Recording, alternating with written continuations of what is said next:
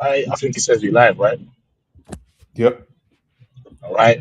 All right. First and foremost, we're gonna say all praises be to Yahweh, No, Hashem, Hashem. Yeah, I was shy. Yahushai, Hashem, Bukal, Hashem Fadash. Rush. And then we gonna say double honors to the apostles and elders of Great Millstone. All right, and shalom to the sincere elected in truth of faith and sincerity. As well, and hey, man, we are going to speak about it, Esau, in terms of having bills to obviously pay. Of course, Lord willing, soon and later on in the live, the elder Wakai Kwam should um, uh, come on as well and join us, and we just go in the spirit and speak. As you can see with the title, it says Esau will be liquidated, and the fact that he's got bills to pay. And really the main inspiration for the video that we're doing here, Lord willing, was based on a video and a conversation that I was having last night with the brother. Was talking about basically Esau, and even also the spirit of Cain, not being accountable for their wickedness. I mean, if you look at Cain, what he did when he murdered his brother, you know, out of envy, and even not giving up the right sacrifice, he knew the way of righteousness, but instead chose wickedness. And then when time came to obviously be judged for his wickedness, he complained about it. And in terms of even Esau, with the when he sold his birthright, after he realized everything that he had lost, he wanted to mourn and cry, and then even Mm. go as far as to obviously say the days of mourning for my father is at hand, and then I will kill my brother Jacob. Instead of taking accountability, you know what I mean? Like it's like instead of saying, you know what, me giving away that birthright, was a wicked, and let me try like a repent. That door of repentance was just completely shut to Esau, like, and obviously closed. And that So let me spirit grab that for you. is on Esau right now until this very day, right? Of Yep. not being, accountable for all of their sins and wickedness. And when people Mhm. speak about it, they get mad. You know, they've done nothing but bring evil, death, destruction, steal, murder. And when he's faced with his mirror, of his history and his past, he wants to, complain and like act as if he's the victim when he's not the victim. You know? Yep. Let me grab this for you, bro. Yeah. Just on what you were speaking about. This is Hebrews 12, from 16. This is, lest there be any fornicator, or profane person as Esau, who for one morsel of meat sold his birthright. For ye know how that afterward, when he would have inherited the blessing, he was rejected, for he found no place of repentance, though he sought it carefully with tears. Yeah. Yeah. And spiritually, he's a carnal man, because when it came down to like, to the birthright, he gave it, what's it called, man away for some food, which just shows you, it's not spiritual, man. Mm. But then after the fact, when he realized shit, the power and everything he's lost, now he was trying to go back and find it. The father is the way he can get a blessing, not realizing that, look, man, it's all gone. And really, in spirit, man, that birthright and blessing, it was always for us, you know what I mean? But in fact, bro, if you can, after making your point, can you ask Chat GBT, because I did that last night, the importance of the birthright and blessing, why it's so valuable. Yeah, go ahead, bro. Let me just type that in now. What is the importance of the birthright and blessing? Yeah, why it's so valuable? Because it wasn't, you know what I mean? There's a lot more that comes with that birthright, like a blessing, you know, to actually stand in like in the presence of the Lord, you know, because the as the scripture speaks about the you know the blessing of Abraham, Isaac, and Jacob, man, it's very important, you know. That's it. So Yeah, this is, I sort of asked, what is the importance of the birthright and blessing given to Jacob? What is its value? So the birthright and blessing given to Jacob in the book of Genesis are central to the biblical story of Israel. They carry deep spiritual, covenantal, and national significance far beyond material wealth. So it says the birthright. It says Jacob obtained the birthright from his older brother, his older twin brother Esau, right? Genesis 25, 29 through 34. Right. And as the brother was going into, that birthright was always meant to be for the children of Israel. Right. It was ultimately never for Esau. Right. And it's just the most I can do that. Right. Same when you look at Joseph and Ephraim, right? yeah, You know, the Lord had it whereby the younger was the one that basically got the bigger blessing, if you will, right? Same with Esau, Jacob and Esau, right? In our customs, if you will, right? This oldest is supposed to get, but it wasn't meant to be that way. Okay. So it says what the birthright included. It says leadership of the family clan, a double portion of inheritance, spiritual responsibility as family priest, you see, continuation. spirit and like in spirit, you know, we like as a nation shall be like a nation of kings and priests, really. You know what I mean? Like if you really think about it, because you know the saints gonna judge this world. You Mhm. know, which again in spirit it was always you know what I mean? Like it's always us. You know what I mean? It's always ours. Go ahead. Yep. So it says continuation of covenant promises given to Abraham and Isaac. Yeah, you see, because again, it was always supposed to be ours, man. Abraham, Isaac, and Jacob, the fathers of the promise, man. Mhm. You know, go ahead. Yep. So it says its importance in ancient Near Eastern customs, the firstborn son normally received this status automatically.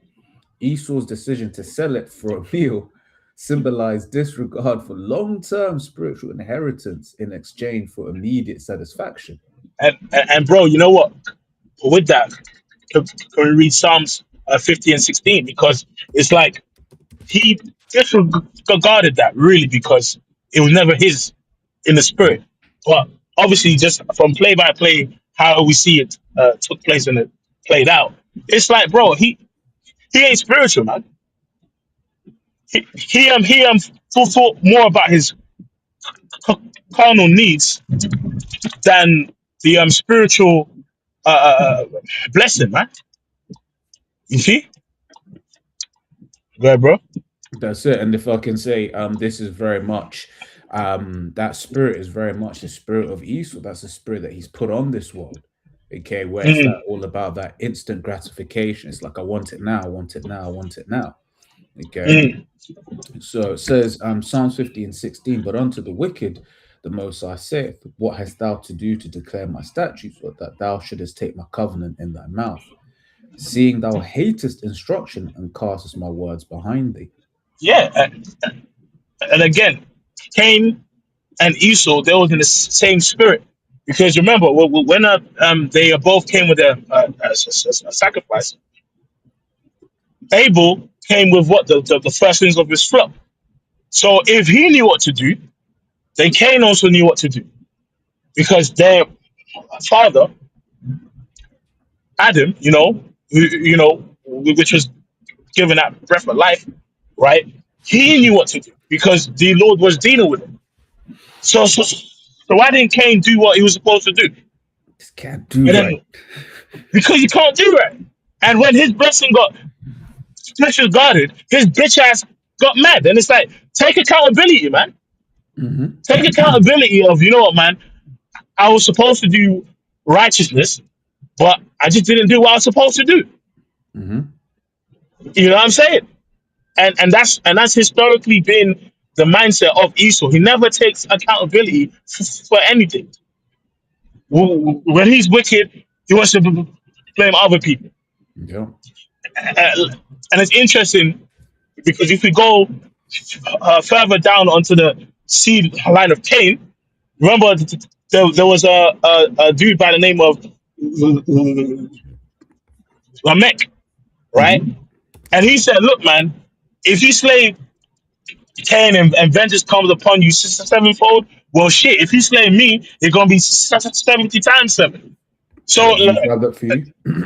go ahead. This is Genesis 4:24. It says, "If Cain shall be avenged a sevenfold, truly Lamech 70 and 7." Yeah, I mean, so basically, he's talking big shit. Mm-hmm. You know what I'm saying? Because they can't do right. Their spirit was always meant for the purposes of wickedness. So when the scripture Yeah. speaks about Jacob being a plain 23.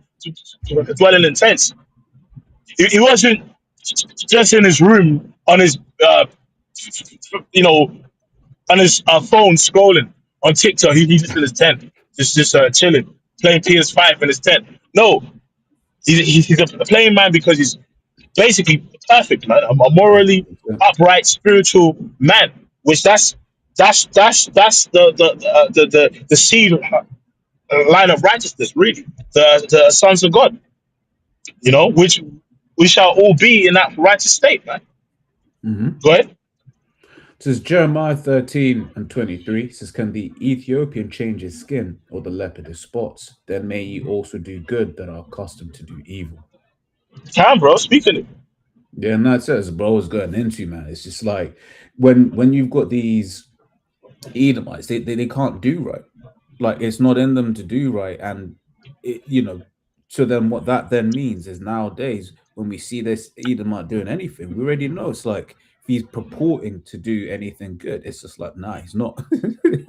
Mm-hmm. Right? Because it's not in him to do good, right? So I was using those examples about changing skin, or leopard changing spots, like that is that setting, that is the settings for that particular thing. And it's like, if those are accustomed to do evil, that's their settings.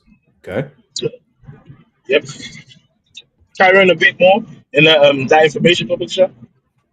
Yep. So back in the chat, so it says, in ancient Near Eastern customs, the firstborn son normally received this status automatically. Esau's decision to sell it for a meal symbolized disregard for long-term spiritual inheritance in exchange for immediate satisfaction.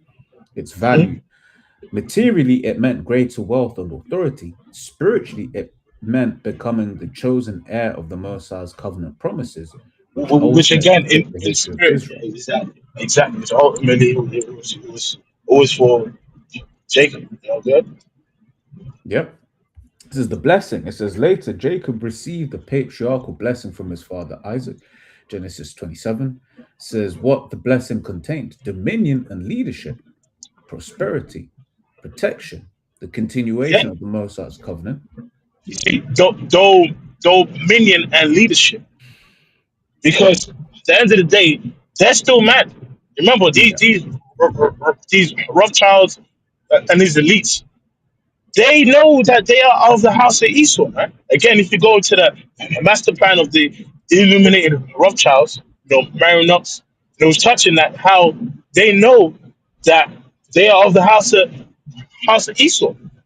So now that's why they're trying to artificially engineer back their birthright and blessing through the marketed beast Mm-hmm. system, and establishing their, basically, this NWO is their attempt at establishing their artificial blessing, right? Mm-hmm. Like, as in artificial, birthright, and trying like and finally establish what he thinks is his, because he scorned really.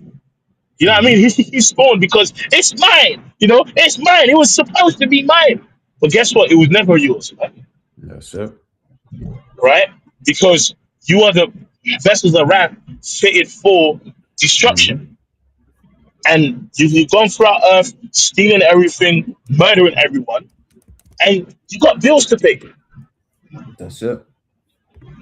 And that's why you spiritually, physically, you're gonna be like a liquidated people person. You know, all your wealth that you've swallowed down, because this guy's greedy, bro. Mm-hmm. He's going around eating everything, man. Cannot be The only satisfied. time, you know what I mean, he's just not satisfied. The only time you have a nigga that comes to the barbecue, man, and everyone's not even had a plate, and this nigga already got 9 plates in his hand. Like, nigga, damn, what the hell's wrong with you? At least for somebody else. Leave some for somebody else. Yeah, I must needs get this, and you Yeah. know, as has been said, plenty of time. It's like there's just certain precepts that we're in the season where they always come out, right? You know, when you do a video, certain precepts gonna come up. Shameful spoon on Esau's gonna come up. Spirit not being upright is gonna come up, right? The fact that he need to keep it at home, especially when you see some of the things that are, they've been saying they're moving a lot of assets to that Arabia region a long time, but then it's like, why have they got bases there? Why? Because you need to keep it at home. So that's going to be coming up a lot. This is Habakkuk 2, 4, and 5. So behold, his soul which is lifted up is not upright in him. Okay, here it is. You got these men that are billionaires, trillionaires, but they want the little $500 you got in your account. Yep. You Yep. know, it says, but the Yep. just shall live by his faith. Says, yea, also because he transgresseth by wine, he is a proud man, neither keepeth at home, who enlargeth He's his house. everywhere. He's just everywhere, man. You know, constantly, like, you know what I mean? Like invading countries. You know what I mean? If you have a resource, you know, he wants, he just comes and puts you in slavery. You remember that the information, the confessions of economic hitmen. It's hell. Mm, It's like if you don't comply, you're cooked. If you don't comply, regime change. If that don't mhm. work, just know when you next catch that flight, that Yep, plane might not land. that's it. And you got certain things, certain conspiracies about the one that's coming to mind was it Lockerbie. Mm. Let me just see if I can would you call it, you know, but then you know what it is though, they will have an account, right, where you know there's an accident with a, you know, some kind of plane or whatever, and then you know they'll just blame it on Iran. Yeah. Right, but these times it was the elites, right? They were trying to take someone out, right? They take him out and then they just blame it on someone else, right? And Bro, because it of was the just, media machine, yep, and it was the same thing. like, what's up? Just adding the elder to the stream. Sorry, one Kind, second. kind, kind. Yep. Shalom Zakon. Hello, one elder. Hey, Shalom, Yabashim Yashay Warakadas Brakatham. Shalom Yabashim Shalom Shalom, Shalom elder. Star.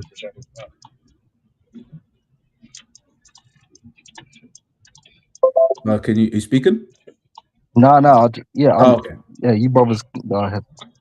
Kind, Sorry, kind. bro. Shucks. Yeah, and bro, you know, kind in spirit, like what we were talking about, like his insatiable kind of attitude. It's like in Rome, right? Like Rome, sometimes they might lose certain battles and conflicts, yeah. But what made Rome great in terms of their military might, it was the consistency of look. If you take us out, we're gonna come back and keep coming back until we get what we want. Mm, And with this, you know, with Western imperialism, that's what they've done. They've gone to many countries. Sometimes they lose battles, but guess what? Through their economic hitman, through cultural subversion, propaganda, they're gonna get to their way like eventually. And what is led to is a system that's based on nations in debt, nations in slavery, cultures completely ruined, histories of people just completely ruined. And it's like now he has debts to pay. And when we show him that mirror, he gets mad. Mm-hmm. And it's the same thing we saw with Esau and Cain. Here is you sold the damn birthright, and then after what do you say? The days of mourning for my father at hand, and I'm gonna kill that dude Jacob. Instead of taking accountability for your stupid ass not being Mm-hmm. spiritual. And now that's what happens in this very day. When you show Esau that mirror of his wickedness, he gets mad. Yeah, You know? hey, it's kind of especially them Brits. They Oh man. wanna try and rewrite history to make it look like there was there was positives to all their exploitation, their parasitical nature. And like you said, what it really comes down to is Esau's form of rulership is based upon the carnal mind. It's based on covetousness. It's based on a parasitical nature, meaning you're feeding off a host, but you don't give nothing back. Mm-hmm. Right? An exploitative relationship. Esau exploits people. There's a difference. Like you could rule over a people and offer them things that they're like, yo, this rulership's working for me. You know what I'm saying? Like even when you go back to Solomon, you had nations that actually came and put themselves under Solomon. That's it.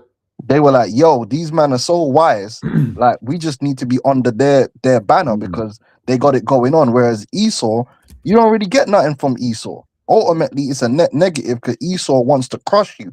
He wants to oppress you into oblivion, which is why you got the first world and you got the third, not even the second world. You got the first world and then you got the third world. And then even in the West now, Esau's so parasitical and so predatory and so oppressive that he's even now beginning to oppress his own people. And that's why they're getting upset. Because now the average everyday Edomite is becoming a target to their elites more than, as much as everyone else. The middle class is falling apart. The working classes can't get no upward mobility. But that's because you have a carnal, wicked spirit, which is based upon just stealing.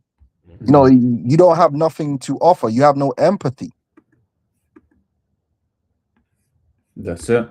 And as the elders you was going into just now, where in contrast, Isaiah 2 basically says in the kingdom that nations are going to be coming up to us, right? They're going to be like, yo, hey, we've seen the shine that you have as a nation. We want to learn from you. We want to, show us of your ways, right? They're going to be happy to be coming to the children of Israel. Whereas right now we're in a world where he comes he comes to you, right? And you accept, otherwise problems.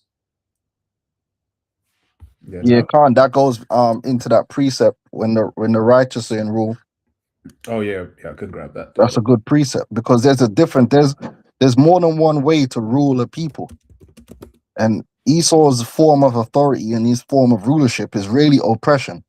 That's all it is. It's how can I squeeze everything out? These people, they're not even people. They're just things that I can exploit. Mm-hmm. And then he actually embedded that into his science. So that's why he's calling people apes and lesser evolved, because he has to dehumanize you to treat you as less than, in order to justify his mindset, which is extremely oppressive and extremely predatory, virulent, insatiable. Go on up. That's it.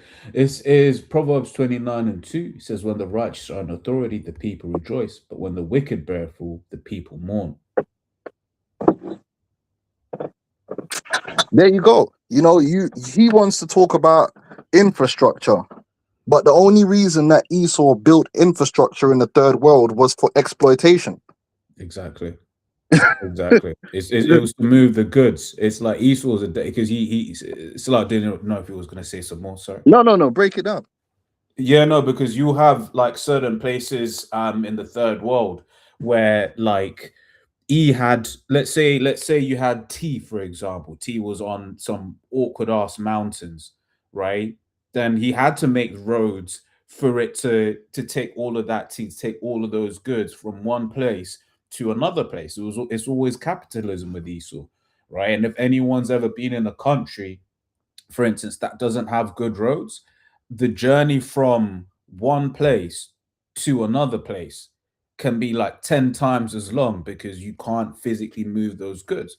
But then came along what was referred to as the time as the locomotive, right? So then now you can have lots of those goods from deep inside of a country being taken in mass to a port space or whatever, so that they can basically take more out of that country faster. And that's all it was. Yeah, and that John Perkins, the economic hitman, just to bring it to the modern day, he broke that down in his book, how these infrastructure projects that they build in these countries don't benefit the average person. It's literally only there to aid in the exploitation, so that the big corporations can come in and bleed the people dry. And another thing you have, they would set the people up here to do a form of agriculture which didn't feed them, because it was purely based upon Esau's commercial needs. That's why even to this day, you have countries growing crops that they shouldn't be growing. Yes. You know what I mean? Like, they, instead of growing crops to feed their people, they're growing crops for Esau's corporations. And then on top of that, they're getting the bare minimum out of it. You know, so that's why you have famines and people struggling to eat and things of this nature. Because again, Esau's rulership is all it's all about being a predator. It's all about exploiting people. Yeah. You know, which that's not how you suppose. If the scripture says you even meant to take care of your animals, how are you meant to take care of other human beings, man? Yeah. But this guy, he's doing too much, but it's in his nature. He's a carnal man. That's it. Can I just on what you were saying, because this is an example of that, right? So on palm oil, right? So palm oil is the world's most widely used vegetable oil. But then goes on to say environmental impact. Massive demand for palm oil, particularly in Indonesia and Malaysia, has resulted in widespread deforestation, peatland destruction, and loss of biodiversity, right? And when you do look at some of those, clips of the amount of land that basically has been used for the sake of palm oil, it is actually kind of ridiculous, you know. And it's like it's just a scarring the land. And there's plenty of examples of that, you know, of you got places in the world where the man are struggling for food because all the food is being exported, you know, or they're growing coffee instead of growing food. And they're getting barely any money for their coffee. The farmers that's growing the coffee are broke. But Esau setting the price of the coffee from New York. Can I read a precept real quick? Because you go to the blue letter, you read Micah 2:1. It says, as the title, woe to the oppressors. And like I said, there's a difference between a ruler and the oppressor. Yep. There's a difference. Esau's rulership and his system of rulership is oppression. When we're in the kingdom, yeah, we're going to have him in slavery. Yeah, we're going to do all those things, but we're not going to be on the mindset of an oppressor. We're going to allow the nations to learn, to truly be enlightened, because we're not going to be competing with them and having to sabotage them. We're going to rise. They're going to rise. Everybody's rising. And which actually creates a better world where people have access to the right amount of information, education, everything they need to do the best they can. And then obviously we're going to take our cut because we're due that cut. You know what I'm saying? When you're ruling and everything's running nice, are you not due a cut of that? If I teach you how to set up your nation and you have abundance of food because of it, do you not owe me something off the back of that? And that's what we're going to receive. We're going to receive our tithes as priests and kings over the earth. But Esau, he want everything, man. He want to starve you out. This guy's crazy. Yep. Right. This is Micah 2:1. Woe to them that devise iniquity. Right. And what's iniquity? Stealing, covetousness, right? That's iniquity, covetousness, stealing, false balance, lying. Because when you come up with a scheme and then you go into that scheme and you lie and you manipulate, that's evil. You're supposed to just come straight with it. Esau don't come straight with it. It's always ulterior motives and schemes. Yeah. Yep. Right? It says, woe to them that devise iniquity and work evil upon their beds. When the morning is light, they practice it because it is in the power of their hand. And Esau, the Lord blessed Esau to be able to basically perform the workings of his heart in the earth. Right? The earth is given into the hand of the wicked. The Lord gave Esau the military might, everything he needed, and said, okay, what are you going to do with it? And what did he do with it? These devils want to act like they're these. You have the power, you have the ability to do whatever you want in the earth. And what you did was destroy, steal, murder. Yeah. That's what you chose to do because that's what's in your heart. You could have done the opposite. Yep. You could have actually made it a world of enlightenment. Yeah. You could have actually been what you claim to be, which is this chief individual that's just raising all ships. You know what I'm saying? But that's not who you are. That's not who you are. Who you are is a murderer, a thief, a roadman, a gangster. I mean, bro, like, I mean, I'm sorry. I mean, just to give a quick example on the video that we obviously do soon. Like, number one, you know what I mean, is healthcare. Like, healthcare and the food is just one aspect of this nigga is just wicked. Because even like this, Babylon on paper, right? On paper, Babylon as a nation spends the most on healthcare. Like it has the most gyms, the most everything by comparison to anywhere else in the world. But it's the most unhealthy nation. I mean, how does that work? You know what I mean? And obviously you obviously have these herbs and things that already exist in nature that he chooses to just not use. Instead, let me make some artificial bullshit that just keeps you sick. Yeah, Like because that's it. no, I'm Go ahead, saying bro. because that goes back to his oppressive nature. Because an Oppressive oppressor nature. Yeah. always seeks to keep the oppressed weak, and part of keeping you weak is your health. That's it. We ain't gonna do that in the kingdom.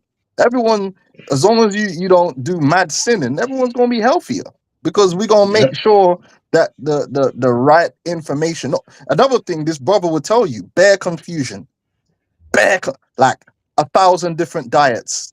Oh Lord. Yeah, and 999 of them are scams. Yeah. Yep. Don't eat. This is bad for you. But if you listen to Esau, almost everything gives you cancer. Everything's bad for you. There's so much confusion. Yeah. 1 minute coconut oil is bad for you. Next minute is good for you. Gluten free or gluten, bro. There's so much confusion about what is healthy, and that's because of Esau. Yep. You don't know what to do. Should you skip breakfast? Should you have breakfast? Should you, bro? It's mad out here. It's mad out here, bro.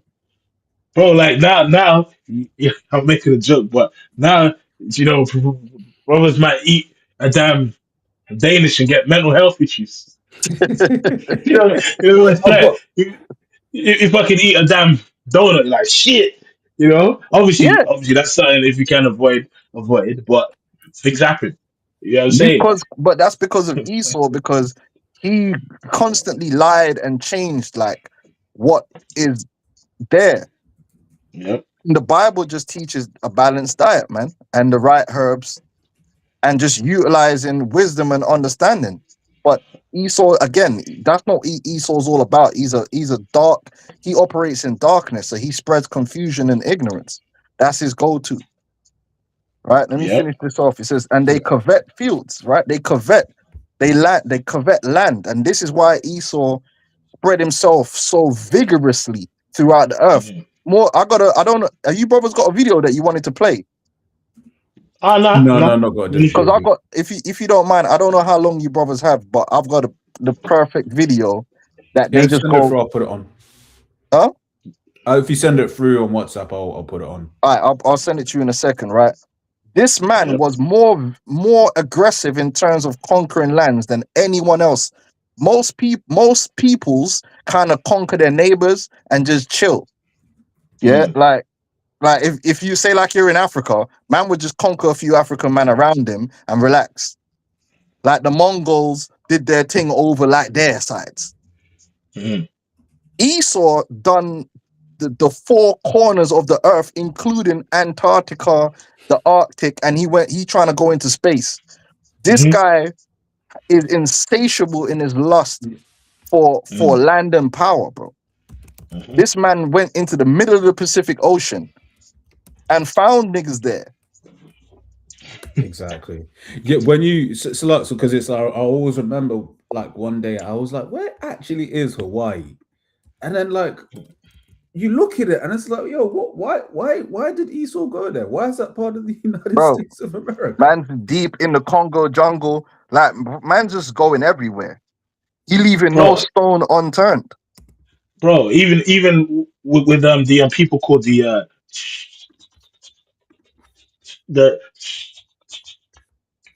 Pagos people or whatever they call Pagos, bro, he just gazumped a people's land to make a fucking army base. He just moved people. He just took a whole country and said, you know what, strategically, this serves us best to make it, you know what I mean, a base. So let's just strip away a whole people and move them away to somewhere else. Yeah, boy. That's the devil. Satan, and that's not, see, because what they'll do is say, oh, other people had slavery, you're right, no, it's true, but you Edomites, you take evil and wickedness to a level that's not been known to mankind. You're on a next level. You're like next the level. Hall of Fame level, man. You're S tier. No one does it like you. You're undisputed, like no one. And we're going. I got a video. I'm going to send it to you and say, let me finish the scripture. It says, and take them by violence. You're a violent man. You know, you like to run around and act like you're not violent, and everyone else is violent. But the truth of the matter is that Esau unprecedented levels of violence throughout the earth. From every inch of the earth, you've exerted your violence. No other people have done that. Yeah, like you know, Elam and them man will get busy, but it's always localized. Yeah, you will be getting busy in a place that your own people can't point to on a map. Yeah. It says, and houses, and take them away. So they oppress a man, right? That's your form of rulership, oppression. They oppress a man and his house, even a man and his heritage. All right, let me send you this thing. Hold on, I might click out because you know this thing. I have a precept up. Yeah, go on. Precept. So this is Psalms 140 and 1. It says, "Deliver me, O Lord, from the evil man. Preserve me from the violent man, which imagine mischiefs in their heart. Continually are they gathered together for war." It's like, bro, these niggas don't stop. That's their nature.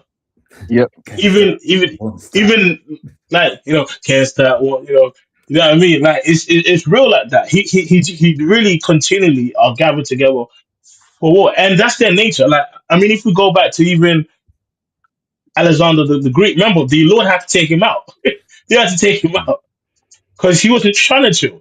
Even his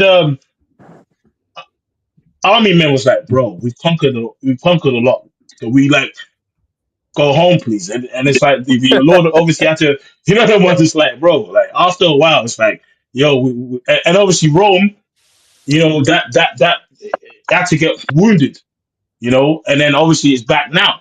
But the only thing that stopped Rome was like Afghanistan and them places was difficult. Exactly. Once Esau got the technology to go further through the British and the Dutch, you know, once they had the ships and the ability to project their military throughout the earth, bro, they didn't wait, bro. They said, what? They didn't wait. Man, And bro, they kept coming back. There's battles they would lose. You know, like some ancient peoples, men of valiant, you know what? We've lost. We might try again, maybe one more time. But then just after that, you leave it. But Esau, whether it's Rome, Hannibal, whoever, we just gonna keep coming back. And basically, they just fall under that kind of weight of pressure. You know what I mean? So it says, which imagine if mischiefs in their heart continually are they gathered together for war. They have sharpened their tongues like a serpent. Adder's poison is in their lips. So all any code of righteousness that they pretend to have or appear to people's eyes to have, bro, just know a darker agenda is always in their mind. Even the most basic of things. Like, I mean, even just sport, as an example. Do you know what I mean? Child, pedophile rings it fucking exist in just sport, in television or entertainment. There's wickedness there. So how much more the biggest spectrum? And guess what? Anytime they broadcast shit on TV about, like Prince Andrew or whatever, that's just to cover up the real deeper, darker shit that's happening. You know what I'm saying? And it makes it look like there's some checks and balances. There ain't no checks and balances, man. It's all a fraud. This guy is unprecedented levels of evil, man. And it's gonna really take us to be in the kingdom to really get our minds around, once we get access to that spiritual Google, exactly how much evil this man was doing out here. This man is doing evil on a level that's unknown to mankind. Industrialized evil. You know what I'm saying? People don't understand. So when we call this man the devil, because people are caught up in the propaganda and they think that there's some good Edomites and they think that the charities are out there actually trying to help people, and they think James Bond is going around the world trying to save the world from the evil terrorists. They don't understand that, bro. They fund the terrorists. Esau is the terrorist. He's a demon on a level unknown to mankind. It's never been seen before. This level of devilry. That's it. That's what he excels in, man. Lying, he's Big perfected propaganda, bro. Yep. He's perfected the art of propaganda, the art of manipulating the masses.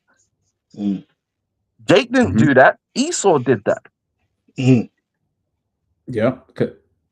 I was just to say real quick, because I shared this yesterday and I did a bit on it, touching on this, right? And the reason why I found it interesting, what I wanted to go into it, was basically this character. If you remember The Dark Knight Rises, when he was told, "Hey, for the sake of the agenda, we are going to sacrifice you," he was with it. He just had one question. You started the fire. The fire, right? Fire writers. Yeah, because that's all it is. Listen, this is why the truth. I said it when it come to Trump.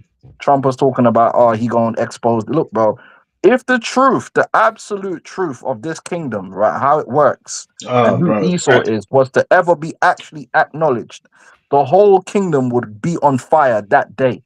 Because the mind, psychologically, the average person's mind won't even be able to comprehend how insane. Like, so you're telling me that the people that feed me, the people who run the entire system I rely on, is actually Satan. Yeah. You know how messed up that is? Like, you have to live in a world where you think there's some good, like there's someone out there looking out for you. When you find out, like, it's like, no, there ain't, bro. You're on your own out here. It's just you and the Most High. Like, these men are like, you watching all these movies. That's not even real. There are no good guys. Like, they don't exist. Yeah. You know what, bro? Is it cool if I read a quick precept on that? Yeah. Yeah, can't. This is 2 Thessalonians 2:8, which to a certain degree is what we're doing now. Well, not to a certain degree. That's exactly what we're doing now. But ultimately, the Lord's going to take him out. It says, "And then shall that wicked be revealed, whom the Lord shall consume with the spirit of his mouth, and shall destroy with the brightness of his coming. Even him whose coming is after the working of Satan, with all power, signs, and lying wonders. That's Esau, the man of sin. Yeah, his workings are the workings of Satan. Everything he does, like we could sit here from now until the kingdom come, just going into all the madness that this guy's doing, and still not really come to grips with the evil of this man. Yeah. These men are talking about this guy Jimmy Savile, right? But they're talking about the man covering up the grooming gang. So what was Jimmy Savile? And he got a green beret. The man got a military award, and he ain't never been in the military. And they waited until he was dead to bring out the information. Exactly. And then everyone pretended, no, we didn't know. Okay, cool. No one knew. Yeah. You got he's flipping best friends with Prince Charles, who's protected by MI6 and MI5, one of the top intelligence agencies on the planet Earth, with all kind of listening devices and all kind of surveillance technology. You don't get near the prince. They know what you ate for breakfast. They know how many strokes you gave your woman the night before, blood. They did their due diligence. But this guy is doing all kinds of pedophilia and no one knew about it. The MI5, MI6 were just like sleeping on it, yeah? They didn't know. Exactly. No, it's because the job of MI5 and MI6, one of their jobs is to help cover up these things. That's the reality.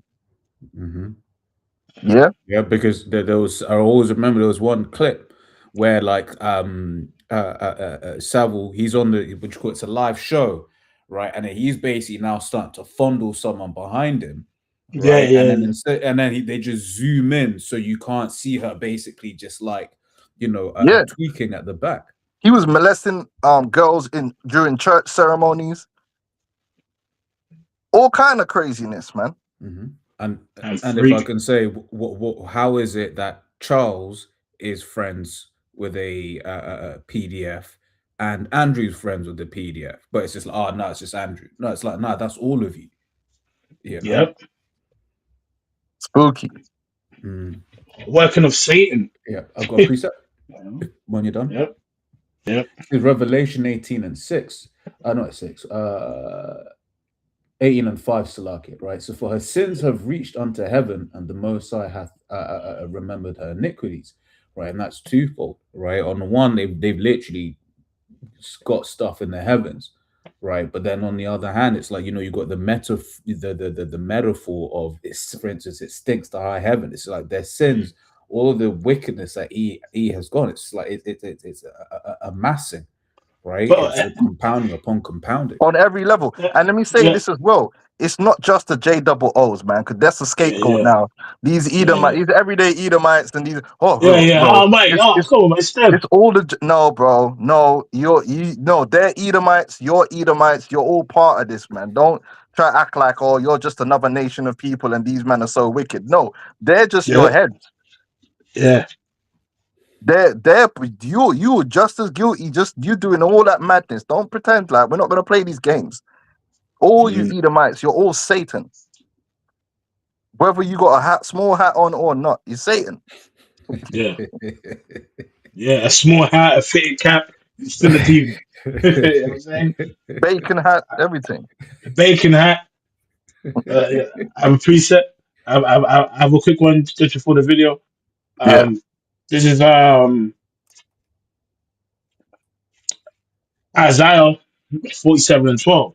Stand now with thine enchantments and with a multitude of thy sorceries, wherein thou labored from thy youth. Obviously, Babylon and its whole founding, which is built on straight up witchcraft again. Yeah, and that's another thing. That's another thing. These guys want to act as if they're righteous and they're following the ways of the scriptures. They've never been following the ways of the scriptures. It's always been an act. These men have never been, where this is Britain is a Christian nation. Oh yeah? When did you act like it? Exactly. Get the hell out of here. All of a sudden, did you notice they all talking about Ash Wednesday, Shrove Tuesday? Bro. What? Bro, listen. These Baconites don't care about God, bro. These Baconites don't care about God. Come on. They've done shed that skin a long time ago, bro. That was just a skin. They're a skin walker, man. Yeah. Yeah, At the core of your society has always been one thing and one thing only, and that's Satanism. And how yeah, can you use all different manner of witchcraft to achieve your will? Because deep down inside, you believe you are God. That's yeah, the nature of an Edomite. You're a carnal man, and you all you want is power to fulfill your lusts. That's it. You don't care where it comes from. yeah. And, Yeah, do you know what I'm and, saying? So let's not play these games that they try and play. Like, you've never been righteous, right? You've never done the right thing. America was founded by Satanists, yep. and Well, that's the bottom well, line. well, bro. I mean, even on a point, because I was going to mention this, bro. Benjamin Franklin, one of the forefathers, right, the founding fathers, his house in London. You can actually type this in. His house in London. They found multiple dozens of skulls under his basement. His house in London, bro. If you don't mind, can you quickly type it up about Benjamin Franklin? Bro, The his house in demon. London that still exists, the founding forefathers, right, yeah, Yeah, four score and all that, bro. His house had dozens of bodies under his basement. Why was it yeah, there? yeah, because it's what you call it? It's just by Charing Cross station. I remember just walking to the station one day, and I just saw. I was like, "Oh snap!" Um, yeah, let me look that Would you up. see that? No, I'm just looking for a decent what you call it Okay, article on it. yeah, like There we just go. his London home, bro. You gonna read that, bro? Yeah, it says, Satan, man. yeah, Smithsonian Magazine says, why were there so many skeletons hidden in Benjamin Franklin's basement? Oh, During he's just restoration, doing research. He's just bored. You know, maybe someone came to visit and slipped and fell. No, That's he's the ripper, fucking bro. doing sacrifices in that bitch. You know? yeah, and and Go and ahead. this it there's and this exactly what you said. It's like we don't even need to read the rest to know that they're gonna make up some BS as to why that was the case, Mm, right? Because he, for the longest time, has basically used his PR machine, his mhm. how people have viewed him to basically just fan off. Oh yeah, it's Benjamin Franklin. It won't be anything bad. There'll be a good reason for it. No, but we Yeah, because understand. they have this PR that they are civilized, and it all goes back to the idea of them being white, man. Mhm. But this is a lie, and this is the new thing. Yep, Esau is 36. black. Esau is black. There Mhm. is no one on this earth that more represents being black than Esau. Esau is a true and original and foundational black man. He is. They are the black people of the earth, and the elect of Israel are the white people. Mm, If you look up the meaning of the word white, it means perfect, it means holy, it means pure. None of those things mm, represent Esau. Esau is black.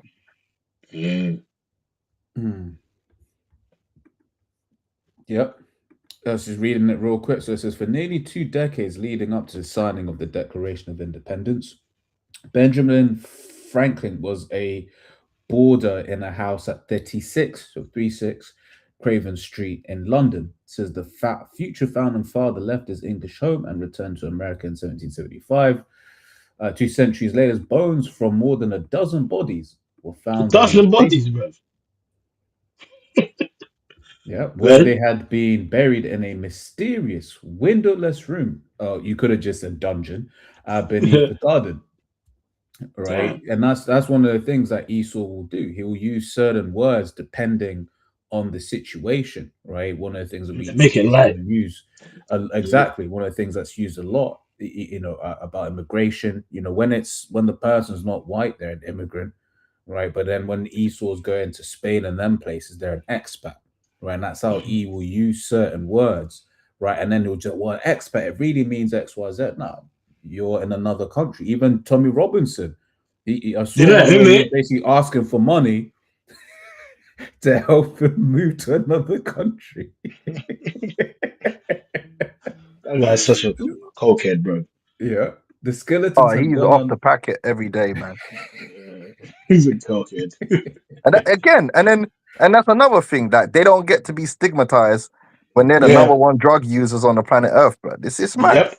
Number one, bro. They love the packet. Bro, even shit, drug users, drug dealers, they have drug pushers, bro. Yeah. They have a history of drug dealing. You know what I mean? Bro, remember when we went into that information, bro? Which, hey, that's Lord willing, that's going to be another video. Just how many colonial nations made money off drugs? And you just see everybody: Portugal, England, America, Dutch. They sell drugs, and Yep. they've historically done it. But now, a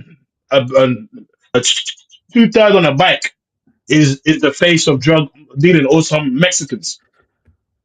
Damn Yep. hypocrite, bro. So Yeah, because no, they this, could use that as a weapon to criminalize them and put them in jail. You know. Meanwhile, they're the ones actually controlling it from the top. It's mad. Mhm. That's what I'm saying, man. There's so much wickedness. It's dishonorable, man. It's just dishonorable. Yeah. yeah. So I was reading this, and I'm just like, this is just the most cap that I have ever seen in my life. You sure Right? about that? Supposedly from NIH. So some studies Yeah. have indicated higher prevalence of cocaine use among black individuals compared to white. No way. That's cap. No That's way. bro. There's no There's way. 9 fucking Edomites now in the staff room who were getting it down, Exactly. bro. Exactly. Shit, man, I know them. You know what I mean? I never use, but you know what I mean? I know them. You know what I mean? Them niggas are going in every Bro, lunch break, bro. Come on, man. this guy Kennedy said he was sniffing the packet off toilet seats, Toilet bro. seats. Yeah. Come on, man. Let's stop the cap, bro. Yeah, That's crazy. when you Esau's go a to freak, like man. a pub in the ends, as we say, right? Meaning Yeah. where we are, you never see signs about don't do drugs in the toilets, otherwise you'll be prosecuted. You go to the pub in the so-called Edomite area, that's what you'll be seeing them signs.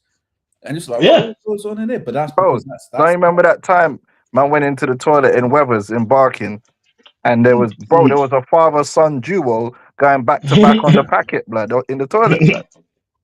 They were whiffing it Yeah. back like mercilessly. Bro, Father-son duo, bro. Come on, that's man. terrible. They're Bro, like, generational packet cocaine. sniffing. Yeah, bro. remember, That's part of the culture of Britain now. It's yeah, actually yeah, embedded into the culture. yeah. You I know, was gonna sport say, and football remember. hooliganism. Yeah, I was going to say. Remember, there was that city of London mayor, a mayoral candidate that basically says to stop the Class A's, we're going to test everyone in where in the city of London. Who works in the city of London? Just Edomites. Needless to say, he Yeah. didn't win, right? Of course he Because didn't. that's all they do. If you Bro, That's all they certain do. you professions, start getting them hair follicle tests, bro. It's peak. It gets dark. It gets dark.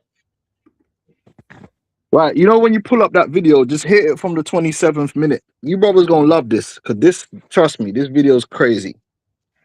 You gonna love it. yeah. Let me know if you both can hear. Yep. In the skin of those people who Yeah. continuously Okay. see it. So sometimes be quiet, listen, and learn. You know what I mean? I don't know. Maybe you have some thoughts, Professor Jung?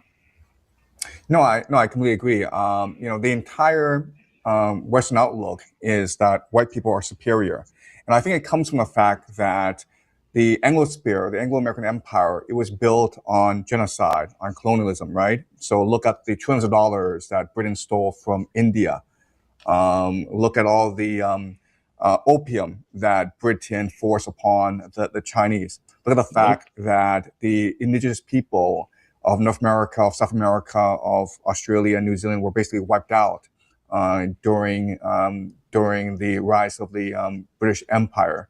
And so there's all these crimes, there's all these tragedies. And rather than just admit or concede that the British Empire is built on evil, they have to come up with a philosophy that made them feel good about themselves. And this philosophy, of course, is white supremacy, which is based on what? It's based on evolution, created by Charles Darwin.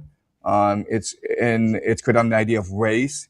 It's and it's a belief that there's something about the white people that makes them intrinsically superior. It's the fact that white people, they follow the rules. It's the fact that white people, they get along with each other. It's the fact that white people are more creative than other people. Now, and this is what we were just talking about, right? The fact that they could take the packet, but then there's no stigma attached. Yep. Because under the system of white supremacy, all the evil of Esau gets winked at. It's just like it doesn't exist. But then if Jake does something, that gets highlighted and magnified, and that's just who you are. And we see that play out every day. Esau goes shoot up a place. Now they're trying to blame which most of these guys are MK Ultra candidates here. And now they're saying, oh, these transgenders are violent. No, bro. I ain't never seen a black transgender shoot up nowhere, bro. Stop trying it, bro. It's not transgenders that's violent, bro. It's you. You Edomites, bro. You like shooting up your family and doing madness, bro. Stop it. Stop it. Just admit, you have a problem. It's you. Yeah. You're a genocidal maniac. You could have grew up in the best home, in the best conditions, and you might still kill your whole family. Yeah. With the Bentley outside. It's just the truth. You're a natural born killer. This is true. Serial killers, man. I'm sorry, bro. And then you go to the plantation and you gotta fucking hear these Baconites talk about black and white crime, knife crime. Nigga, have you seen your crimes? Can we get a spreadsheet out? If we get out the receipts. But then you know but then you know what? Once we talk about the conquering and murder that he's done, Esau, when he gets backed into his corner, you know what he says? He says, well, if they were strong enough, why didn't they beat us? Which really is because the Lord gave you the power.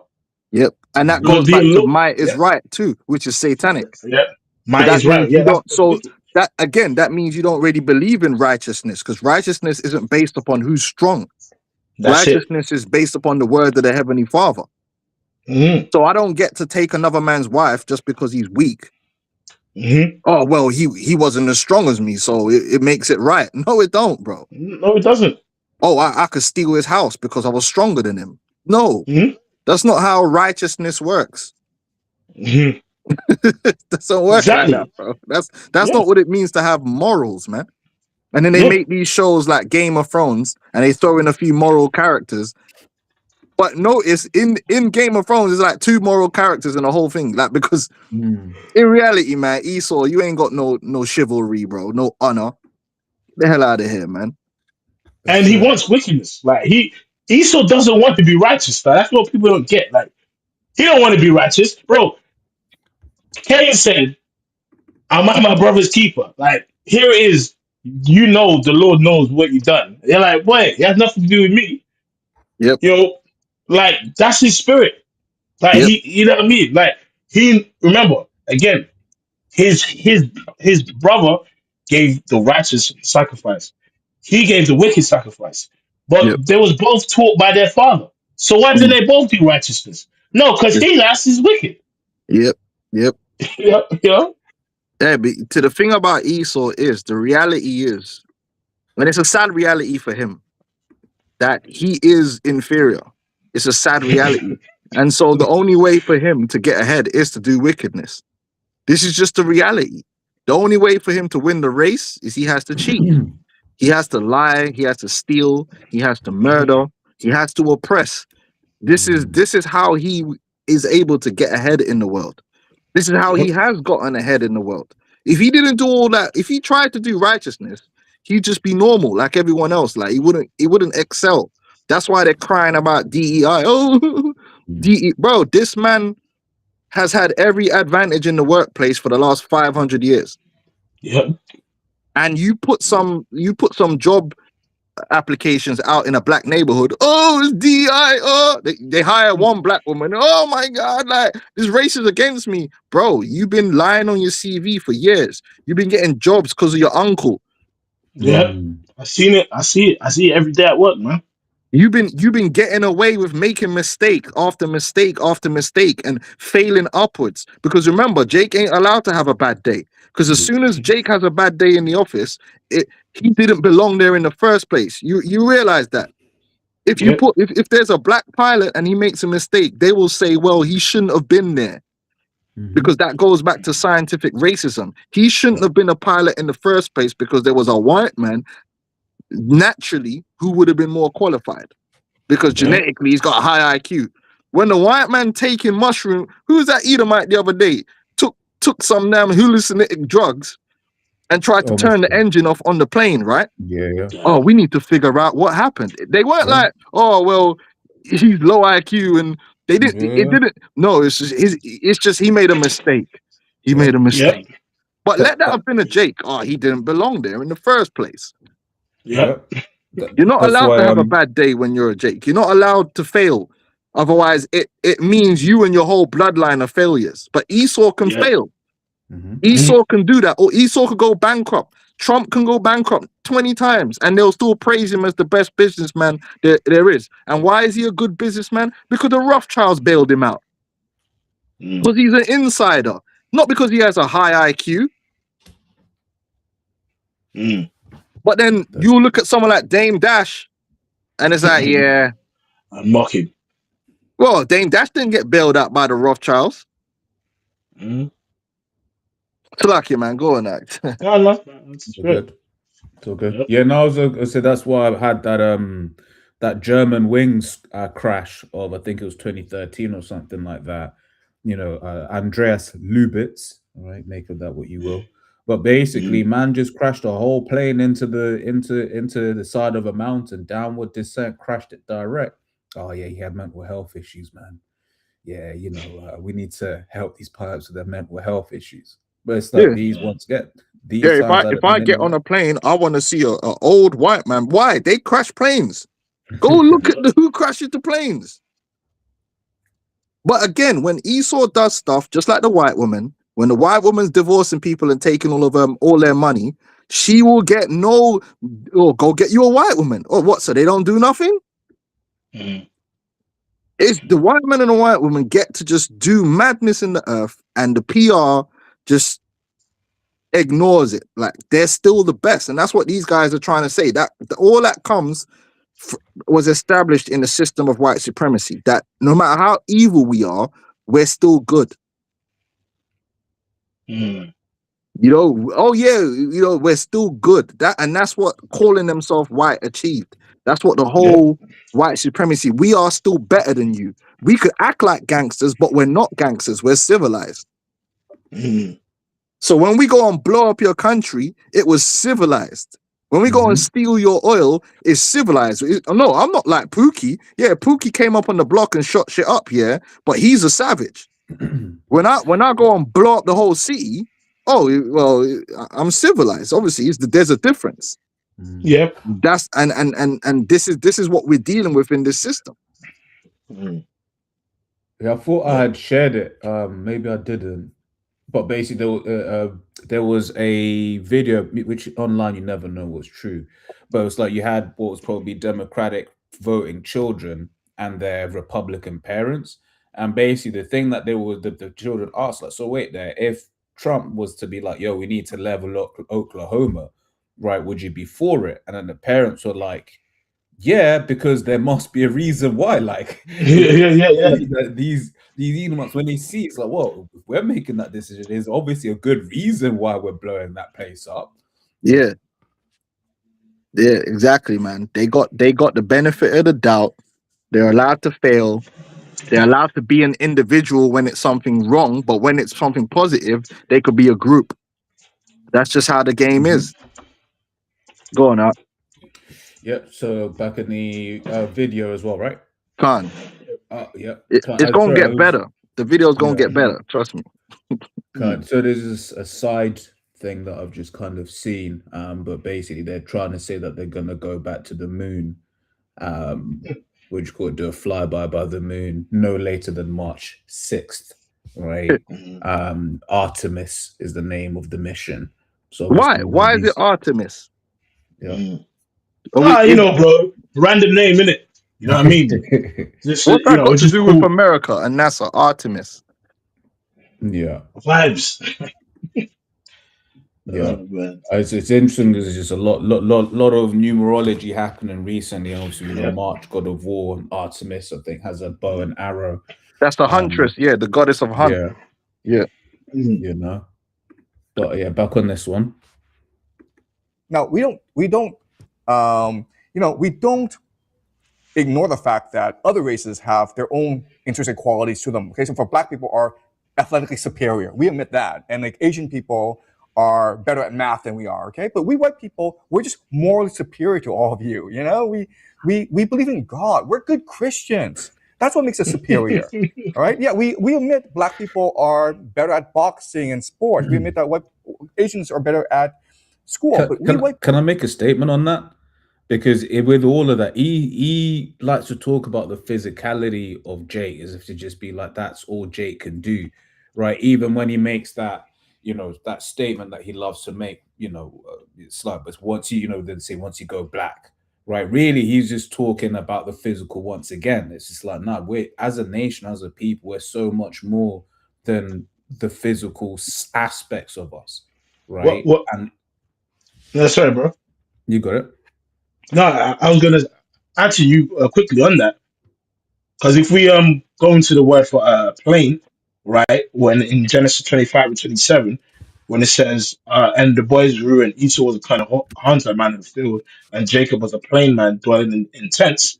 If you go into the word plain down, right, it says perfect, complete, one who lacks nothing in physical strength, beauty, wholesome, uh, ordinary, quiet sort of person, morally innocent, having integrity, one who is morally and ethically pure. But then if you Can I go up can front, can I add another so label to like, that? Can I yep, add another label to that? White. yep, Jacob was yeah, white. yes, he was. He was pure. Jacob was a white man. Yep, yeah, basically, you know.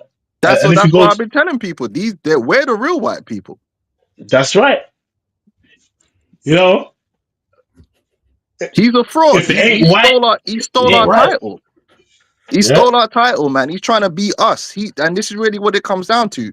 We're the yeah, ones that's going to hold the position that Esau claims that he is. We're the enlighteners. We're the white. We're the perfect people. mm-hmm, That's why the scripture mm-hmm, says, "Be ye perfect, even as your Father in heaven is perfect." That's the purpose of this ministry, the mm-hmm. perfection of the saints, to be white. Yeah, yeah. Esau ain't white, man. He's red skinned and he's really black as a people. They're the true black people. They're the real Negroes. Yep, yep. So like, yeah, man. I was just No, reading no, that. I was no. like, yeah, that's what white represents. Yeah, yeah, because it says perfect. If it says perfect, plain, undefiled, upright, and if that's our forefather, you know, of course, we are the seed of the righteous, right? So eventually, once we're changed and the new covenant is finally established, it says that people shall be all righteous. You know what I mean? It says that people shall be all righteous. So even if you read here, it's spiritual that it combines his wisdom, his morals, and his physical strength. You know what I'm saying? Yep. So in physical strength, he was perfect. In the spiritual Beautiful. sense, he was perfect too. He was beautiful. It was everything, and that's how we as a nation are going to be when everything is established upon the earth, man.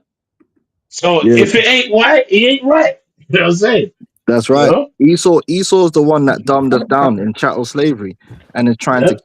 keep our minds and our vibration low. So we don't Mhm. actually realize that our potential is much higher. Like Yep. Esau's the one that puts Jake in a box that says, "Oh, you can only do this," or "No, we could do everything." Mhm. You know what I'm saying? We're a people that the Most High created everything. We're on that level in terms of being His children. So that Mhm. there is no area of knowledge or understanding or wisdom that is beyond us. You go read about Solomon, the fury of the wild beast, the Precept. alterations of the sun, everything. Yep. Mhm. Got precept. You know, Yep. not just basketball. You know, Mhm. It says Baruch 3:36. He hath found out all the way of knowledge and hath given it unto Jacob his servant and to Israel his beloved. right? The issue with us was choosing proper judgment, and that's what the Yep. new covenant is really all about. It's all about us the core elements of us is going to be rooted in the righteousness of the Heavenly Father in order to judge all things. Right? So what Esau does is Esau thinks you can amass knowledge and then negate the spirit. But that knowledge you amass is going to work against you, because knowledge is one thing, but choosing righteousness is the most important. You can have knowledge, yeah, you can have technology, but if you don't make the right choices in righteousness, you're going to destroy yourself. And that's what's happening with Esau. Mr. High IQ. Mr. High IQ. Well, it's true, because the scripture says what?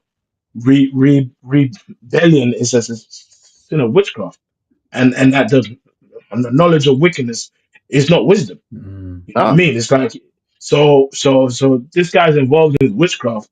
You know what I mean? He's basically a dude that researches some shit on a side of the internet that he shouldn't have, and then he just gets dark, and he's like, oh shit, this guy's bugging himself out. Yeah, because at the end of the day, Esau follows his lust. He's a thief, so he steals. So that anything he learns how to do will just improve his stealing, because that's what's in his heart. It is the carnal man. And that's the root of it, the man of sin. The root of it goes back to the fact that Esau's carnal, and he uplifts the carnal things. He doesn't stand on truth. He doesn't believe that truth is something to be stood upon. He doesn't believe in righteousness or morality. He believes in the act of morality. He believes in the image of morality, but not morality itself. You know, and this is why the world under his rulership is the way it is. You know? That's it. Back to the vid. Yep. Oh, sorry, Bubba dropped. Are you back? Yeah. Dropped for a sec. Cool. Let me play back the vid, yeah. Yeah. It's believe it or not, it gets better. This whole video, the way it says is the West exceptional or exceptionally evil, is just telling you who the man of sin is. This is what I love about this video, because they're actually, what they're roundabout saying in this video, but they don't know it, is they're identify who the Edomites are. Shit, man. I might have to come back and do a commentary. You know what I mean? And these men are professors. Yeah, and saying stuff that our apostles, the elders, and brothers have been saying. Yeah, you know what I mean? The devil. As a devil. The other ones, like it's the same thing. You're saying the same He's thing. a devil. You know, that's it. You know. That's it. What's beautiful as well about this is, you know, the precepts speak about, you know, how Esau would be revealed, right? And this is Esau being revealed, because I was just looking through the comments, you're seeing people from all different nations just being like, yeah, man, you know, the Lord is slowly lifting off that veil. That man of sin. Yeah. Bro, he really can't. He's been made bad. Like he's been made. He can't hide himself, bro. Like you know, and all, you know what I mean. He's been fully exposed, and when he gets taken down, bro, all the riches and everything he swallowed down is gonna be vomited back up violently, bro. But just on this level, it's too much. The exposure is like now, you know, sometimes I'm scrolling on social media and shit, and it's like, what, you know, things like Eustace Mullins and Jordan Maxwell, you know, things that was in the deep depths of YouTube, of the internet, that you could never find. Now it's mainstream. It's everywhere now. It's like everything's exposed on every level. Like that's why now it's time for judgment, because before the Lord brings the judgment, he obviously says his prophets should speak about it. And then it's manifest, and it's time for his judgment, man. So, That's right. it's only a matter of time. Go ahead, bro. Yep. White people are just more superior, and therefore we ought to rule. And that's the framework that all white people believe, that, you know, we are just inherently more superior to everyone. Okay? Yeah. It appears we all have deep roots in countries that suffered enormously at the hands of white supremacists of Europe or of European origin. You know, one other thing I want to add about Canada. By the way, I think the Epstein scandal is quite enlightening for a number of reasons, and obviously in a horrible way. And one of them is the deep connections of Epstein and that cabal to Buckingham Palace and to the British royal family. This, you know, I'm seeing people who are credible commentators in the alternative media and the mainstream media suggesting that this could be the demise of the British royal family, these revelations. It's the demise of Esau, the whole of them. The whole is the Every demise of blood the clot, one whole, of them. every blood clot one of them. You know what I mean? It's the demise of the whole people, bro. Because that's what see. You know what's so funny about Esau? Yeah, when it comes to so-called achievements and good, they're one people. You know what I mean? It's like, oh, it's sort of like Yeah. boxing. Man's like, we invented the mobile phone. Meanwhile, man's an Yeah, idiot. yeah, exactly. Man can't You spell know, mobile phone. yeah, it's sort of like with boxing. When it comes to boxing, you have these Baconite Brits that will be like, oh, Usyk and Loma, great white boxers. Well, when it comes to wickedness being exposed, or is east or any evil, it's nah, man. It's just the Jews over there. It's just the Spanish, Portuguese. No, if you're gonna be there for the for good times, also be there for the bad times when it's time Yep. for you to get exposed. And you You know? know one thing in this video, what these guys do that I like they do, they don't just stick on America and Britain. They Mm, go into the mm. Dutch and they say, listen, bro, all these men All these that man, have all done these man. madness, and some of these men like to sit on the sideline and point the finger now. Yep, But you check their history, they were doing the most. bro.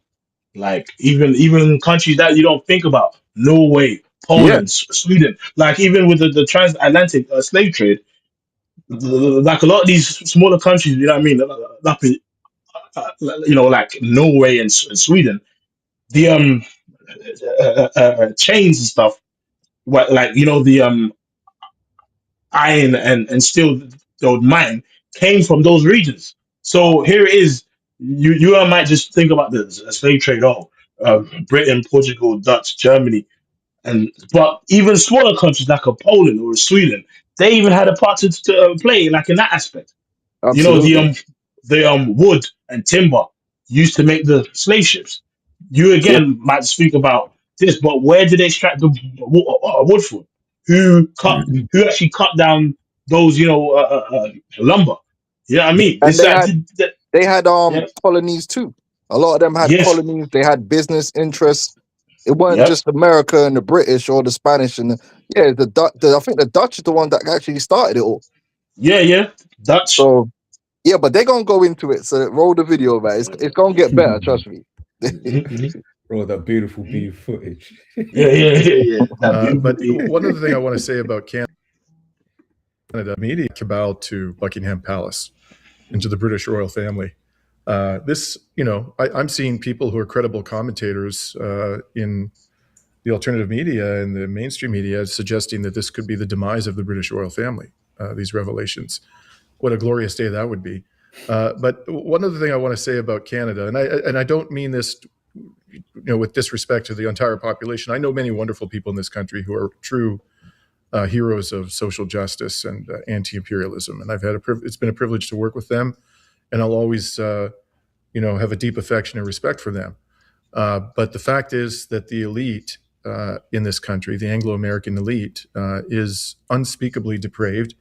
And sadly, a very significant proportion of the population supports these elites and continuously empowers them. And one thing, when Professor Zhang was talking about how they perceive themselves as being morally superior, they also perceive themselves to be more enlightened and knowledgeable than everybody else. But my impression, having lived all across the West, I lived in France, I lived in Greece, I've lived in Australia, I lived in the United States for 7 years, and I spent a good deal of time traveling outside of the Western world, is that Canada is one of the most brainwashed populations on God's green earth. And I remember hearing one more old quote. It was like, "Yeah, man, BBC isn't propaganda, right?" Which is a British broadcasting channel where you got the different news agents and stuff like that. right? But when you look at everything that they push, they're very much a agent of Esau's propaganda, right? And I'm using that as an example just to show just how propagandized, which that word, let me just look it up again, right? Basically is to like propagate, It's right? witchcraft. It's really witchcraft. Yeah, Propaganda is witchcraft because you can control someone's actions through propaganda. that's it. You're basically creating a false world for them to live in, an illusion. That's it. That's it. So yeah, Mind propaganda. control. And that's it. People are under this mind control that Esau has put on them, man. Right. So whereas people in the West, always remember speaking to someone who which called a Russian, and what they basically was saying was just like, yeah, we know our government's corrupt, but it says we're in a better stead because you guys believe your government's good, right? And that's just it. It's like these people in the West, they actually think that their governments are for them. Right? That's why they'll listen to whatever Trump says or this and the other. Whereas people in other parts of the world, right, they know that their leaders are full of, full of it. Yeah, you got people saying that we should have put Kamala in. So they just don't get it, man. That's it. It's a brother back. Where's he gone, sir? Is he back? There we go. Well, you got internet issues. I don't know. Man's got that Arsenal broadband provider, blood. Flaky. Nah, I'm still here. Oh, see. I thought I had the Emirates Wi-Fi. Saying. Oh man, mad thing. I think there are simple part of the reason for this, especially when we talk about what's happening in the broader world. Canadians don't have a damn clue about what's happening in the broader world. And one of the reasons for this is they're actually geographically isolated. The vast majority, something like 90% of the Canadian population lives within 150 kilometers of the American border, in a narrow band right along the American border. We are constantly bombarded. Bro, jump to 37. 37, yeah. Yeah. I don't want to take up the whole time. Let's get through. Away from my conservative upbringing. And as I mentioned, I've gravitated pretty far from my political education, shall we say. So today, I personally am of the view that in all of human history, there has never been a force more evil and destructive in this world than the Anglo-American Empire. The British in particular. Bro, we're going to have to do a part 2 and do a commentary, bro, because there's a lot here. There's no way we can just skip it. Yeah, can't. Nah. There's a lot here. Because it's true. I gotta be like Wilder. It's the facts. Yeah, it's the facts, man. It's the facts. Bro, there's a lot of evil, bro. Truth. I got the facts. Bro, like even if we just, again, even, look at the British East India Company, like them massacres. People just died. Like, imagine there's just millions of massacres. So there's millions of people who've died over the span of history from the British Empire massacres, East India companies, and all that kind of stuff. And people don't even speak about it today. People people died, didn't it? Well, there's a lot of people. And these guys get to be revered. Yeah, they're not gangsters and criminals and thugs. These guys are revered. Their family members are now aristocracy, walking around with like their shit don't stink, looking down on mans in the slums. Yeah, it's insane. It's insane, bro. But listen, these are intellectuals. These are professors. These are mans well read, well educated in history. They're like, yo, this man is the most evil. Yep. It's facts. That's it. Yep. What they have done, they have the blood, and the U.S. government, they have the blood of hundreds of millions of people on their hands. The direct and indirect victims may in fact number in excess of 1 billion.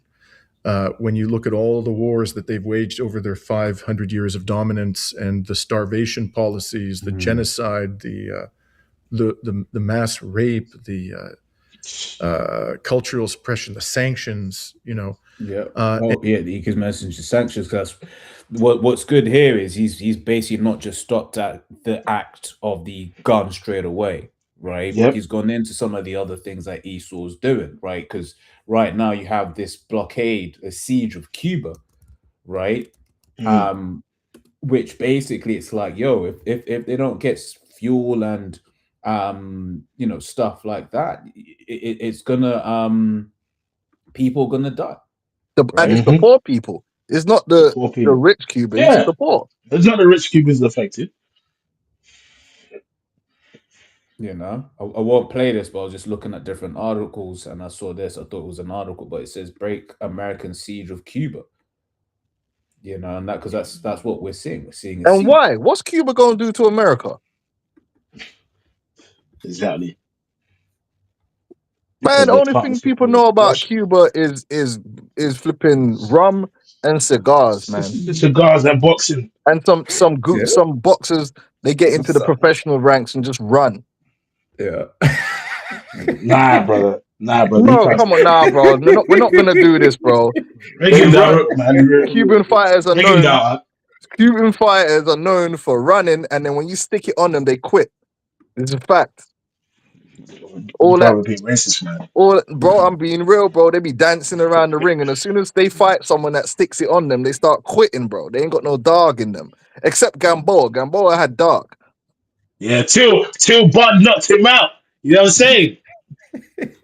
Yeah, but Bud's a super middleweight, bro. Anyway, good.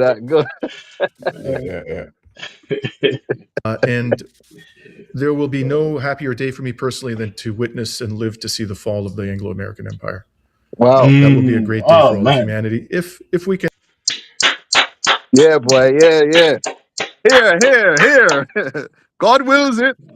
God wills it. He's speaking facts, man. Bro, these men were getting down. And these ain't no crazy. They'll say, oh, you Hebrew Israelites, you're crazy. Okay, these are 3 professors. These are 3 highly educated individuals. And they're just speaking the facts. Nah, man. We're going to have to do a commentary, bro, on the whole video.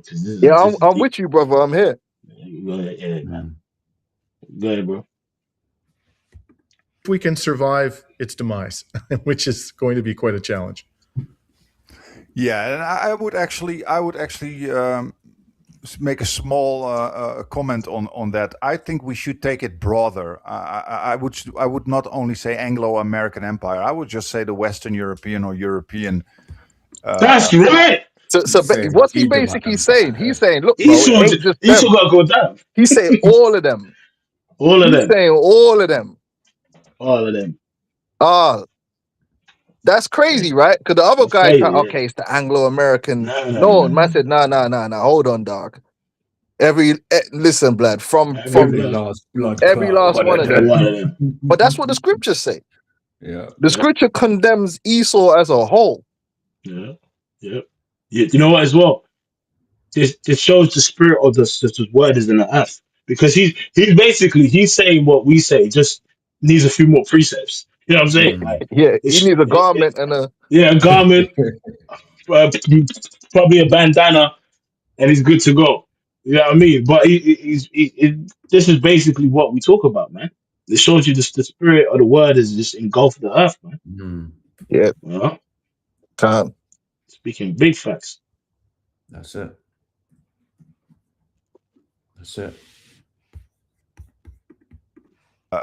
Empire, well, North American now as well, but I would say, because before the British, of course, for about 1 century, the first global colonial world superpower were the Dutch. One of my most popular articles is actually on my Substack about it. I will link to it here.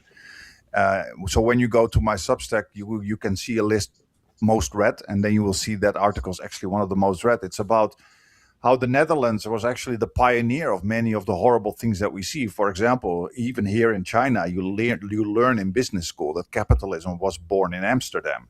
That is, the first stock market started in Amsterdam. That was during the height of the Dutch colonial power. And the Dutch pioneered slavery. They pioneered white supremacy. They pioneered because corporate because colonialism. even in, So like even again, as you know, I was able to go to the slave castles in Ghana. You know, that's something they spoke about, how like the Dutch in particular changed a lot of the bloodlines and family names of certain local communities. There's a lot of people in Ghana with Dutch surnames because they straight up mixed with the Dutch, you know. But Dutch doesn't really get the main face for slavery, you know. Mm-hmm. They had a big part to play. Right, bro. So you have the East India Company. Of course, it was first the Dutch who went around the world with the East India Company. And then later on, a century later, the British took over. Mm-hmm. So I always get a little icky when people say the what did you say? American Empire? Anglo-American Empire, yes. Because that always that provides all these others, such as the Netherlands, which love that, a sense of innocence. You know, they escape the guilt, because the Dutch were one of the first, if not the first, really Protestant empire that had that nasty racial supremacists, Yes. etc., etc. And we had a very good show with Gerald Horne. People can look it up in our list of interviews, where Gerald Horne literally said the Dutch need to take responsibility for turbocharging the slave trade. And that is what people often not talk about. But it's definitely the case. And I like to read I like to read some sociological work on what the Dutch did in Malaysia and Indonesia, etc., and South Africa, of course. I mean, the word apartheid is the Dutch word, which means separating the races. People often don't know that, but apartheid is a Dutch word. The Dutch invaders to South Africa, of course, invented that idea, but they did the same in Indonesia, etc., etc. And when you read that sociological work of Dutch colonists, bro, it's funny, in bro. Indonesia, Malaysia, etc. Remember that time? Remember that time when we saw that video of that Jake? You remember that Drake with locks? With that basically said, "Look, man, I've tried to escape the system. Yeah. You know, I've tried to go in the forest to build my house. I've done this, I've done that," and he just came to the conclusion that the only way is if we, you know, take out a certain, you know, Exactly. because it's E. Like E's history as E's sins, you know, they're being uncovered by this word and truth. But it's like that's why, in fact, I mean, one of the last few that we can get is Isaiah 14 when it talks about when he goes down, he ain't gonna get no mercy, bro, because he's just got a continuous, you know, destruction of multiple groups of people, and he never had to be held accountable for it. And his time is here and now, and this word is spreading, has spread throughout earth, and his tongue is falling upon himself. You know what I mean? Yeah, he's exposed on all levels, bro. The exposure of Esau is mainstream. You know what I mean? Before he was able to hide in the shadows or with people that are studious, but now it's just mainstream on all levels. This man just got to go down. That's it. Yeah, if I can grab this just before I get that Isaiah for you, this is James 2:13. For he shall have judgment without mercy that hath showed no mercy, and mercy rejoiceth against judgment. Yeah. Right. And you said that there was a precept that came to mind because it's Edomite, right? He's just been doing the most. Right? And he's shown no mercy. Right? Yeah. You read some of the stuff, and this is what, once again, these are the things that are documented. Even right now, like what's happening with the whole Epstein stuff, right? He's just letting you know bits, right? He's not letting you know exactly what was going on. But when you look at the records of slavery, there are certain things that he has allowed to come out, right, or what's come out. But the actual things that this man was doing, yo, cannibalism, bro. cannibalism is something that people don't even talk about. Cannibalism was happening in slavery. Like again, I believe it was the University of Lancaster or Leeds over here in the UK did an expose on cannibalism, white cannibalism in the slave trade, and they exposed that there was a ship that was found that was seized in the 1800s, and when all the slaves, was basically in shock when they described the fact that there was a particular slave on the ship that they killed and chopped him up and served his body to all the slaves on the ship with a side of rice.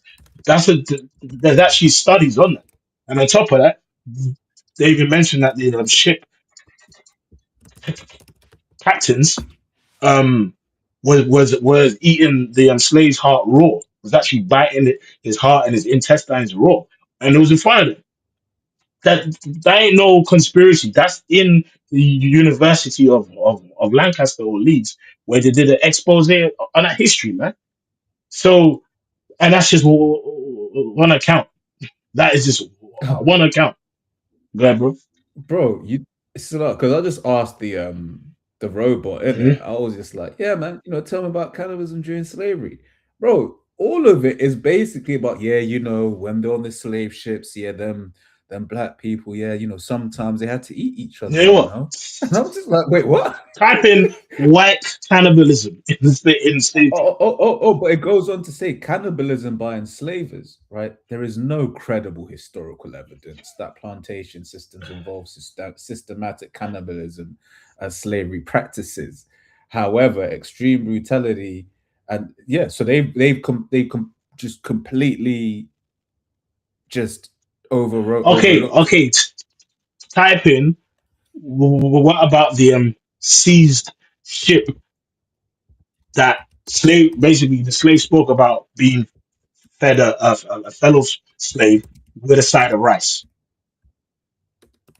Mumbled up those words, but figure it out.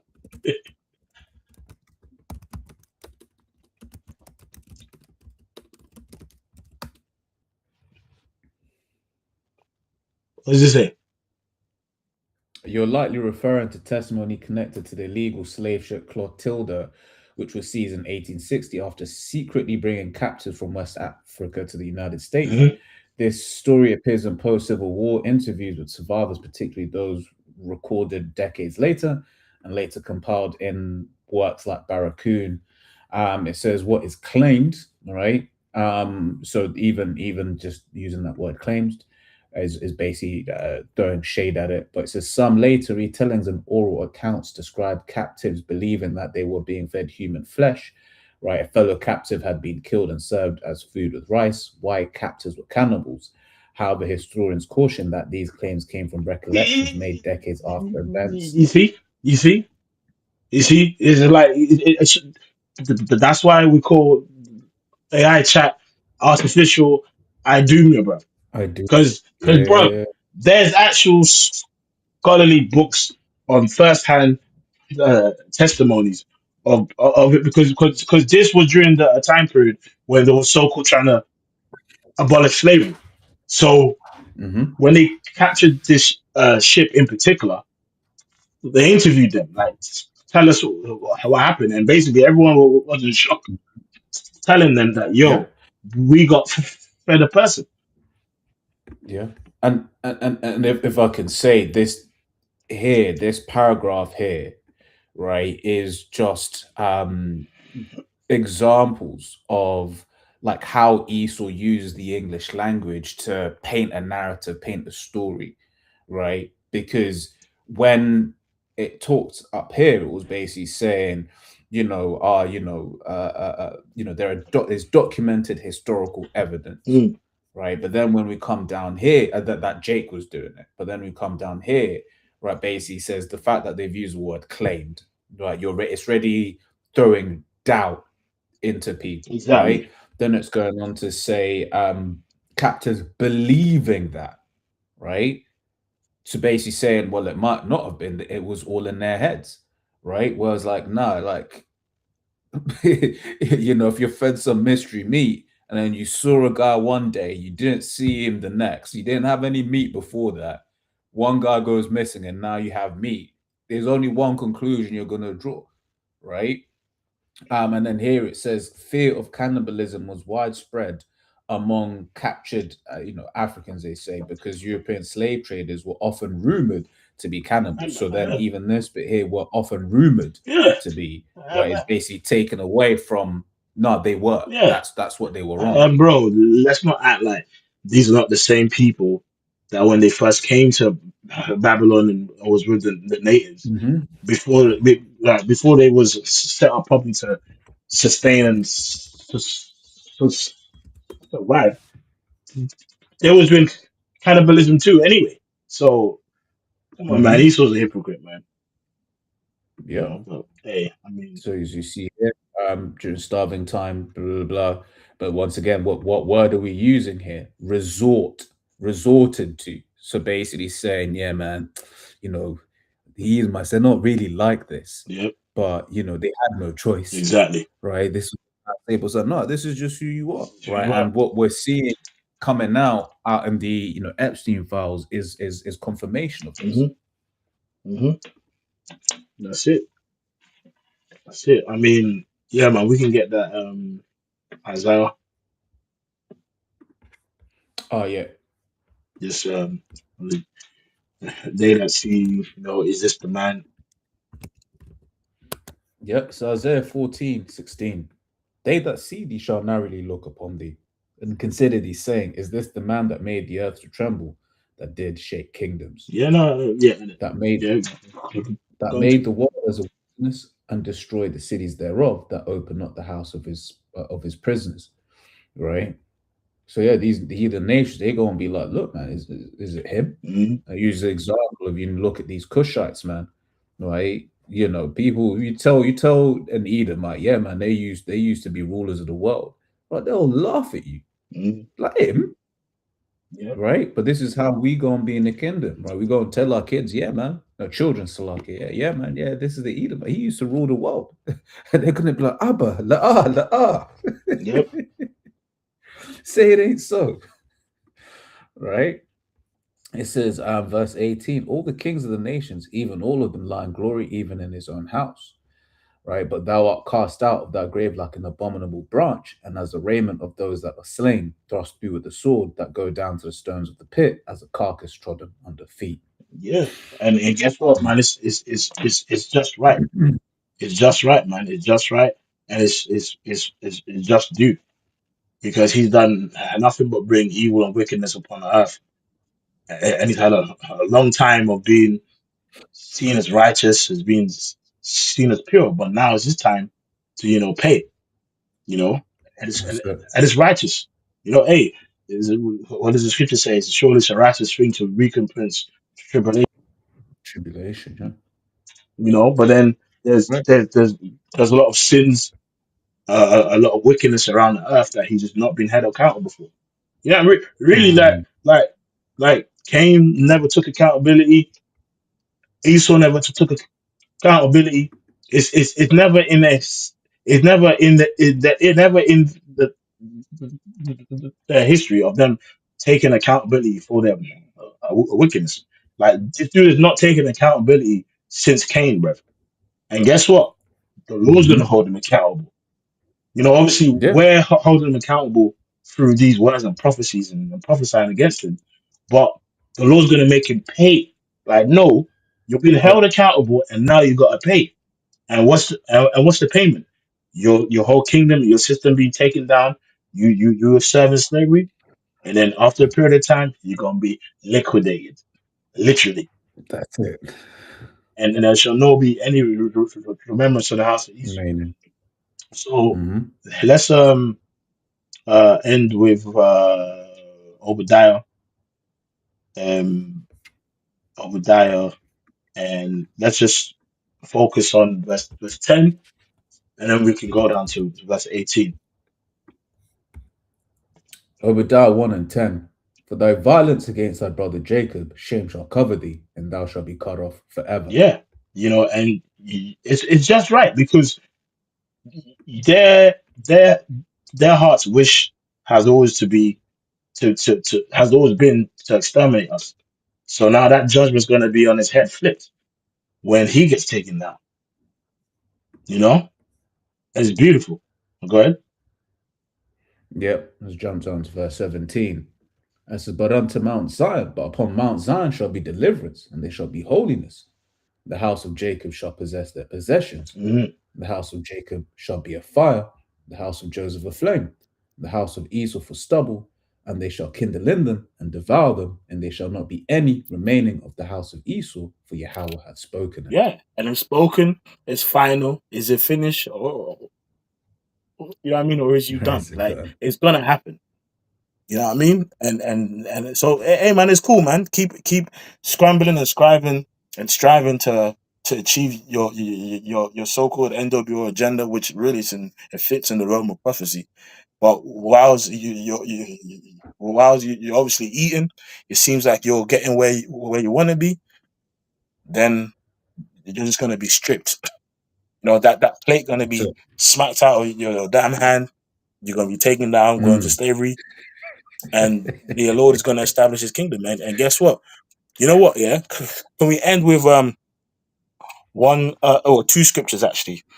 One that I've not thought of have worn the crown in the Apocrypha, and then also read to see the fall of his enemy. But we are definitely gonna have to come back and do a part 2 on that whole video and do a commentary, man, because he was going in. Yeah. Yeah. No, I was just laughing when you because the image that was coming to my mind, you know, scriptures talk about, you know, when he's about to fill his belly. Yeah. Like, have you ever seen like a child, like with the ice cream, you know, the one with the scoop, and then they're getting ready to go in on that ice cream and then it falls to the ground. Yeah. They just stop. Yeah. It just falls flat. It's like through. Yeah, kids just cries, you know, and that's Esau. Yeah. Mark 11:5. Many kings have sat down upon the ground, and one that was never thought of hath worn the crown. Yeah, you know, and it's like there's, now we're in a beat down state, you know, especially us brothers, right? But as a nation, people ain't thinking about us ruling. But guess what?